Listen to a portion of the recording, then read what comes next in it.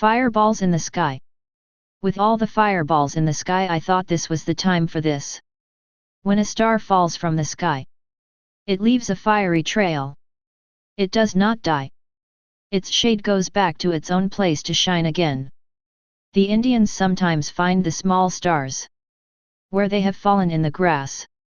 In ancient times, objects in the night sky conjured superstition and were associated with gods and religion. But the misunderstandings about meteors lasted longer than those of most celestial objects.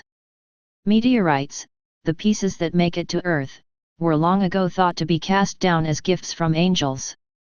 Others thought the gods were displaying their anger. As late as the 17th century, many believed they fell from thunderstorms. They were nicknamed thunderstones. Many scientists were skeptical that stones could fall from the clouds or the heavens, and often they simply didn't believe the accounts of people who claimed to have seen such things. In 1807, a fireball exploded over Connecticut, and several meteorites rained down. By then, the first handful of asteroids had been discovered, and a new theory emerged suggesting meteorites were broken bits off asteroids or other planets. A theory that still holds.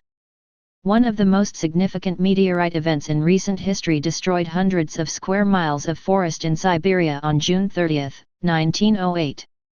Across hundreds of miles, witnesses of the Tunguska event saw a ball of fire streak through the sky, suggesting the meteor entered the atmosphere at an oblique angle.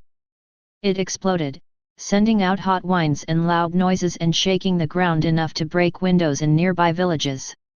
Small particles blown into the atmosphere lit the night sky for several days. No meteorite was ever found, and for years many scientists thought the devastation was caused by a comet. Now, the prevailing theory holds that a meteor exploded just above the surface. The largest meteorite recovered in the United States fell in a wheat field in southern Nebraska in 1948.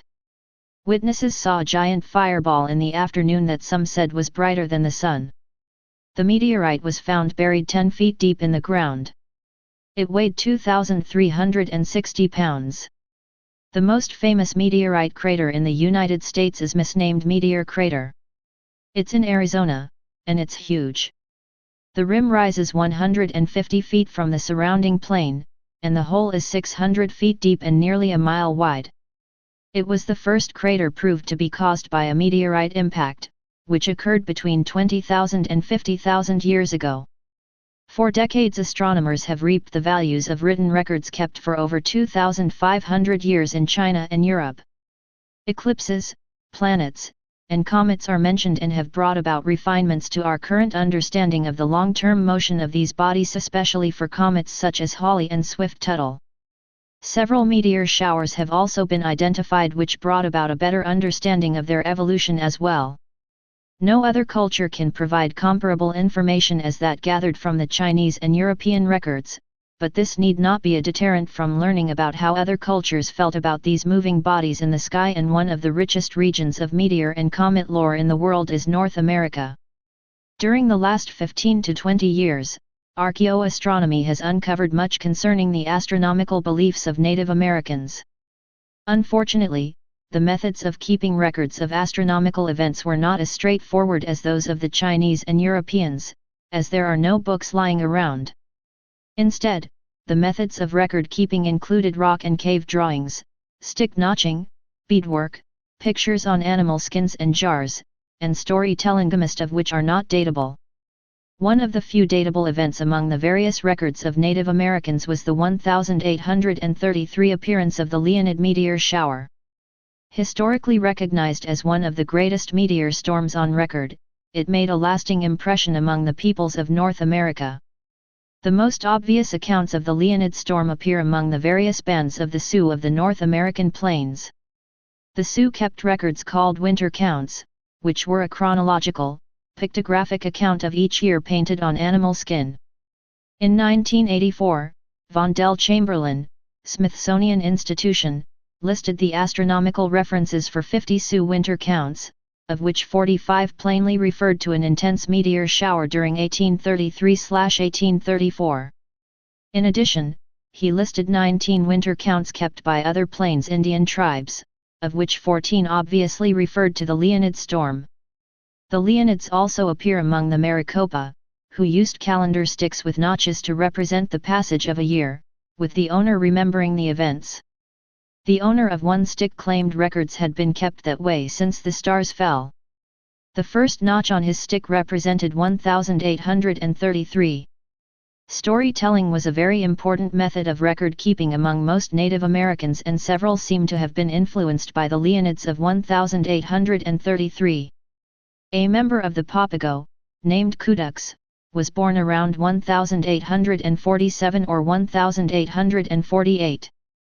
He claimed that 14 years prior to his birth the stars rained all over the sky. A less obvious Leonid reference may exist in the journal kept by Alexander M. Stephen, which detailed his visit with the Hopi Indians and mentions a talk he had with old Justinai on December 11, 1892. That Hopi Indian said, "How old am I? 50, maybe 100 years, I cannot tell. When I was a boy of so big, 8 or 10 years, there was a great comet in the sky, and at night all the above was full of shooting stars. That was a very long time ago, maybe 100 years, maybe more. During the probable lifetime of old Justinai there was never a great comet and a sky full of meteors in the same year, but he might be referring to two separate events such as the sun-raising comet 1843 I and the Great Leonid Storm of 1833, both of which occurred early in his life. The Pawnee have a story about a person known as Pehokatawa, who was supposedly killed by an enemy and eaten by animals, but then brought back to life by the gods. He was said to have come to Earth as a meteor and told the people that when meteors were seen falling in great numbers it was not a sign that the world would end. When the Pawnee tribe witnessed the time the stars fell upon the Earth, which was in 1833, there was a panic, but the leader of the tribe spoke up and said, "Remember the words of Pehokatawa," and the people were no longer afraid. Although the Pawnee learned not to be afraid, there were Native Americans who feared meteors. Why such beliefs came about is almost impossible to guess, but some of the best examples are as follows. The Blackfeet of Montana believed a meteor was a sign that sickness would come to the tribe in the coming winter, or that a great chief had just died. The Kawazu, California, thought a meteor that started high and fell to the horizon was an omen of sickness and death. The Kaweah thought a meteor was the spirit of their first shaman, Takwich, who was disliked by his people. Takwich was said to wander the skies at night looking for people far from their tribe. When someone was found, he stole their spirit, and sometimes even the person, took them back to his home and ate them. The Shawnee believed meteors were beings fleeing from the wrath of some adversary, or from some anticipated danger. There were other beliefs which generally did not strike fear into the hearts of Native Americans. Some of these are as follows. The Wintu, Northern California, explained meteors as the spirits of shamans traveling to the afterlife. The Chumash, California, referred to meteors as Alakiwohuk, which simply meant shooting star. They believed a meteor was a person's soul on its way to the afterlife. The Luiseno, California, believed they were merely stars which suddenly moved. The Eastern Pomo, North Central California, thought meteors were fire dropping from heaven. Interestingly, one of the most widely accepted beliefs was that meteors were the feces of stars. Such lore existed in the stories of the Nunamiut Eskimos, the Cosaudi of Louisiana, formerly located in Tennessee, and numerous Southern California tribes. A slight variation of this came from the Kiliwa, Baja California, who believe meteors were the fiery urine of the constellation Smee. Smee has not been defined GWK. Many of the beliefs mentioned above are also attributed to comets, and most storytelling seems to rarely provide conclusive evidence that the object being discussed is indeed a meteor. Because of this, a very interesting story is being included which originates from the Great Lakes region. The Ojibwe of the Upper Great Lakes region had a story about Genondawayanung, which meant long-tailed heavenly climbing star. During the 1980s, Thor Conway visited the Ojibwe and talked to Fred Pine, an Ojibwe shaman. Pine's story about the creation notes that Genondawayanung was a star with a long, wide tail which would return and destroy the world someday. He said, it came down here once, thousands of years ago. Just like a sun. It had radiation and burning heat in its tail. The comet was said to have scorched the earth so that nothing was left, except the Native Americans, who were warned ahead of time by Chimanatu, a holy spirit, and had gone to a bog and rolled themselves up in the mud to protect themselves from the heat. Pine continued, it was just so hot that everything, even the stones, were cooked. The giant animals were killed off. You can find their bones today in the earth. It is said that the comet came down and spread his tail for miles and miles. Thereafter, all comet and meteors were treated as serious omens which required the interpretation of the Ojibwe shamans.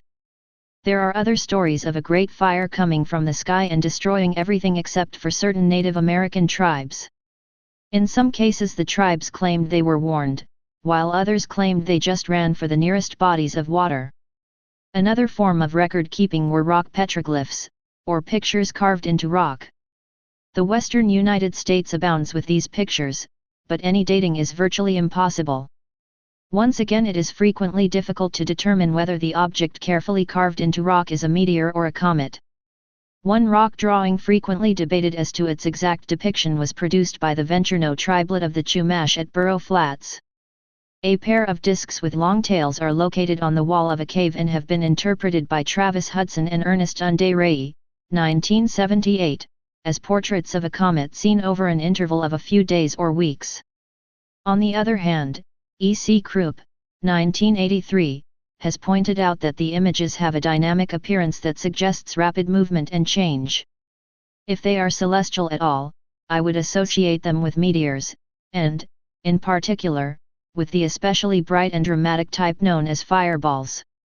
The most common petroglyphs depict a circle with a wiggly line emanating from it. Various archaeologists have interpreted these as meteors, comets, and even snakes. Another form of record-keeping appears in the form of pottery art. Although there are not many examples of this, the Field Museum in Chicago contains Hopi jar, designated number 66760, with a very striking scene depicted. Brought to the museum during the 1890s, the jar depicts mountains, above which are stars and three objects falling towards the ground. Although the scene seems to imply meteors, it is not certain whether it is a shower or a spectacular meteor that broke up as it fell. According to William Grumolins at the Field Museum, the notes on this jar indicate it was found near Orabe, Arizona, and was of recent origin. He ventured to guess that the jar might have been made sometime during the 1850s to 1890s. It might be possible that this jar depicts the Leonid storm of 1833, although it seems difficult to imagine the Hopi would have still been impressed so much by the storm 2 to 5 decades after the event. On the other hand, it could be a painting of one of two other storms which were observed in various parts of the world in 1872 and 1884, although none of the winter counts mentioned earlier seem to have noted these. The Nunavut Eskimos also found meteorites, but believed they came from thunderstorms. Stay paranoid, my friends.